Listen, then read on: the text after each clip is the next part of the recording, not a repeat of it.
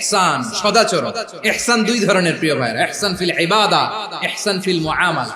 ইহসান feel ইবাদা হচ্ছে একাগ্র অনুভবে ইবাদতে ডুব দেওয়া, এর নাম ইবাদতের ইহসান। সুবহানাল্লাহ পড়ুন। বিশ্বনবী বলেন ইহসান মানে কি জানো নাকি? হাদিসে জিবরিলে সাইয়েদনা জিবরিল আলাইহিস সালাম বিশ্বনবীকে বললেন আখবিরনি আনিল ইহসান। নবী আমাদেরকে বলেন ইহসান মানে কি? বিশ্বনবী বললেন আনতা আবুদাল্লাহা কাআন্নাকা তারাহু ফাইন লাম তাকুন তারাহু ফাইন্নাহু ইয়ারাক। ইহসান মানে হলো এমন ভাবে তুমি আল্লাহর সামনে নিজেকে উজাড় করে ইবাদত করবে, তুমি ভাববে তুমি আল্লাহকে দেখতে পাচ্ছ। আর এটা যদি ভাবা তোমার জন্য কঠিন হয়ে যায়, অন্তত এতটুকু তুমি ভাববা যে আল্লাহ তোমাকে দেখতে পাচ্ছেন। ঠিক কিনা বলেন? ও আমার বীর চট্টলার ভাইয়েরা, কেউ যেটা দেখে না সেটা দেখে কে? এই বিশ্বাস হৃদয়ের মধ্যে আছে? নামাজে যখন দাঁড়ান এই ফিলিংসটা আনা যাবে? এসা পর্যন্ত যে আমরা হায়াত পাবো কোনো গ্যারান্টি আছে? সবাই আওয়াজ করে বলেন গ্যারান্টি আছে? গ্যারান্টি নাই। এজন্য বিষ্ণু ইসলাম বলেছে এমন ভাবে নামাজে দাঁড়াও, ইবাদত করো, মনে করো হতে পারে এটাই আমার জীবনের শেষ নামাজ। পারফর্ম দ্য সালাহ as if this is your last and final prayer.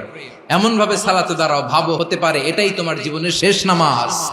এমন ভাবে নামাজে দাঁড়াও, ভাবো এটাই শেষ নামাজ। তাহলে নামাজে একাগ্রতা বাড়ায় দিবে কে? ফলে ইবাদতের ইহসান আমাদের অর্জিত হবে। আর মুআমালাতে ইহসান হলো, বিশ্বনবী বলেন ইন্নাল্লাহা তাবারাকা ওয়া তাআলা كتب الإحسان على كل شيء فإذا قتلتم فأحسنوا القتلة وإذا ذبحتم فأحسنوا الذبح وليحد أحدكم شفرته وليرح ذبيحته। ইহসান দুই ধরনের, আওয়াজ করে বলতে হবে কয় ধরনের? একটা হচ্ছে ইহসান ফিল ইবাদা, ইবাদতে ইহসান। ইবাদতে ইহসান কি? একাগ্র অনুভব দিয়ে ইবাদত করা, মন প্রাণ দিয়ে ইবাদত করা। আর মুআমালাতে ইহসান কি? সব কাজে, দৈনন্দিন কাজে, কর্মে, সামাজিক অ্যাক্টিভিটিতে কোমলতা প্রদর্শন করা, অনুগ্রহের সাথে সবকিছু করা। আল্লাহ তাআলা ইন্নাল্লাহা তাবারাকা ওয়া তাআলা কাতাবাল ইহসানা আলা কুল্লি শাই, তিনি সবকিছুর ব্যাপারে ইহসানকে আবশ্যক করেছেন। সবকিছু, মুমিনের সব কাজে ইহসানের পরশ থাকবে।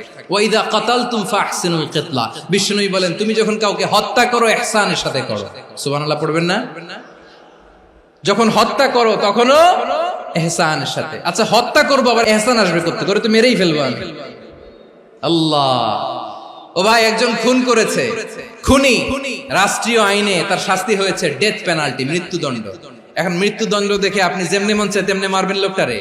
ওর নাক কেটে ফেলতে পারবেন? ওর কান কাটতে পারবেন? ওর চোখ উপড়ে ফেলতে পারবেন আপনি? যেমন মন চায় তার অঙ্গহানি করা যাবে না। ইহসানের সাথে তাকে হত্যা করো। সুবহানাল্লাহ, this is Islam, this is the true essence of Islam. ওয়া ইযা যাবাহতুম ফাহসিনুয যাবহা, যখন জবাই করবে তখনও ইহসানের সাথে জবাই করবে। করব জবাই, ওইখানেও নাকি ইহসান।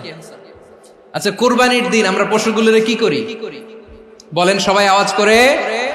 জবাই। জবাই মানে তো এটারে মেরেই ফেলতেছি, একটু পরে তো টুকরো টুকরো করে গোশতগুলো খাবো, এটা তো খাবো, এটা তো মেরেই ফেলবে। বিষ্ণু বলে না, জবাইয়ের মধ্যেও মুমিনের জবাইয়ের ভেতরেও ইহসানের পরশ থাকা চাই। যখন জবাই করবে প্রাণীটাকে হাত পা টাইট করে বেঁধে নাও, ছুরিটাকে শার্পেন করে নাও, ধারালো করে নাও, যাতে অল্প সময়ে জবাইটা হয়ে যায়, প্রাণীটা যাতে কম কষ্ট পায়। সুবহানাল্লাহ পড়ে। দিস ইজ কল্ড ইহসান। আল্লাহ তাআলা যেমনি আদলের আদেশ করেছেন, ন্যায় বিচার, জাস্টিস এনশিওর করতে বলেছেন, সমাজে ইহসানের ব্যবহার, ইহসানের অনুশীলন তিনি করতে বলেছেন। এজন্য মুমিনের প্রতিটি কাজে, আমার চট্টগ্রামের ভাইয়েরা আমার দিকে তাকান, খেয়াল করে শুনুন, মুমিন জীবনের প্রতিটি কাজে ইহসানের পরশ থাকা চাই।